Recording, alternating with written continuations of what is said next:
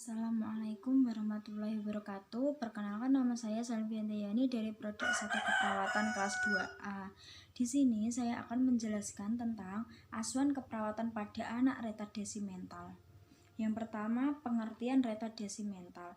Menurut WHO dikutip dari Menkes 1990, retardasi mental adalah kemampuan mental yang tidak mencukupi. Carter CH dikutip dari Toback mengatakan retardasi mental adalah suatu kondisi yang ditandai oleh inteligensi yang rendah yang menyebabkan ketidakmampuan individu untuk belajar dan beradaptasi terhadap tuntutan masyarakat atas kemampuan yang dianggap normal.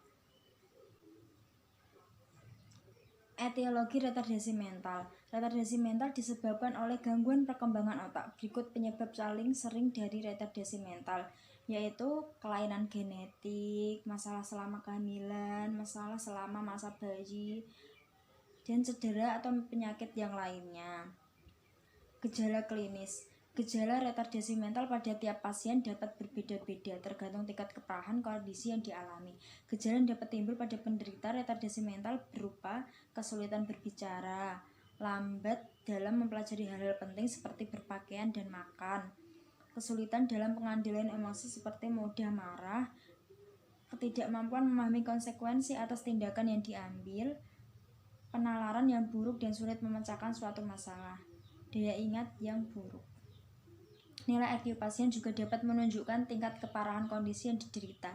Berikut tingkat keparahan kondisi berdasarkan nilai IQ. Ringan, nilai IQ sekitar 50-69, sedang nilai IQ sekitar 35-49, berat nilai IQ sekitar 20-34, sangat berat nilai IQ di bawah 20. Penata laksanaan.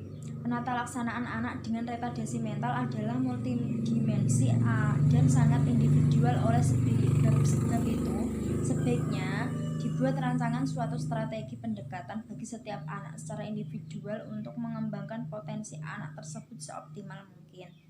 Yang kedua, melibatkan ahli syaraf bila anak juga menderita epilepsi atau cerebral palsy juga. Melibatkan ahli rehabilitasi medis bila diperlukan untuk merangsang perkembangan motorik dan sensoriknya. Pencegahan retardasi mental. Beberapa upaya pencegahan retardasi mental yang dapat Anda lakukan meliputi: yang pertama, jalani konseling genetik dan screening kehamilan. Konseling genetik sebelum merencanakan kehamilan dan screening pada kehamilan dapat membantu para orang tua untuk memahami risiko anak dengan retardasi mental. Dengan ini orang tua akan terbantu untuk mengambil keputusan. Yang kedua, berikan asupan nutrisi yang baik. Asupan nutrisi yang baik dapat membantu dalam mencegah munculnya retardasi mental. Yang ketiga, hindari bahan-bahan berbahaya selama kehamilan.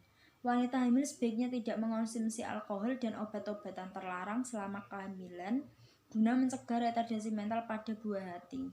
Selain itu, paparan timbal, merkuri, dan bahan beracun lainnya juga perlu dihindari.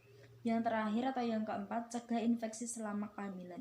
Selama persiapan maupun sedang hamil, calon ibu harus menamengi diri dari berbagai risiko infeksi.